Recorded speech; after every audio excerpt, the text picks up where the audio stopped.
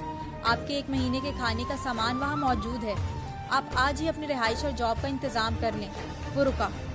Welcome to Manchester مس امرہ۔ اس نے سانس بھی نہیں لیا اور پھر سے شروع ہو گیا۔ یہ تو ہو گئی آپ کے یہاں رہنے کے بارے میں کچھ تفصیلات۔ اب آپ کو میں کچھ تجاویز دیتا ہوں، یعنی اچھی باتیں۔ وہ مسکرایا۔ برا مت مانیے گا، لیکن جہاں یہ کہا جاتا ہے کہ پاکستان، انڈیا، سری لنکا اور ایسے ہی دوسرے ترقی پذیر ممالک سے آنے والے بہت شکایتی ہوتے ہیں، سست، کاہل، بہانے باز۔ انہیں لگتا ہے، بلکہ انہیں یقین ہوتا ہے کہ سب مشکلیں، مصیبتیں، دکھ انہی کو مل گئے ہیں۔ رونے کے بہانے ڈھونڈتے ہیں۔ آپ کی شکل بھی کچھ ایسی ہی لگتی ہے۔ روئیں، لیکن بہت بڑے دکھ پر، تکلیف پر، لیکن مشکل پر نہیں۔ یہاں آپ کو کوئی چپ نہیں کروائے گا۔ اس لیے نہیں کہ یہاں سب خود غرض ہیں، جیسا کہ یہاں کے لوگوں کے بارے میں سوچا اور کہا جاتا ہے، بلکہ اس لیے کہ وہ سمجھتے ہیں کہ رونا بے وقوفی ہے۔ میں بھی یہی سمجھتا ہوں۔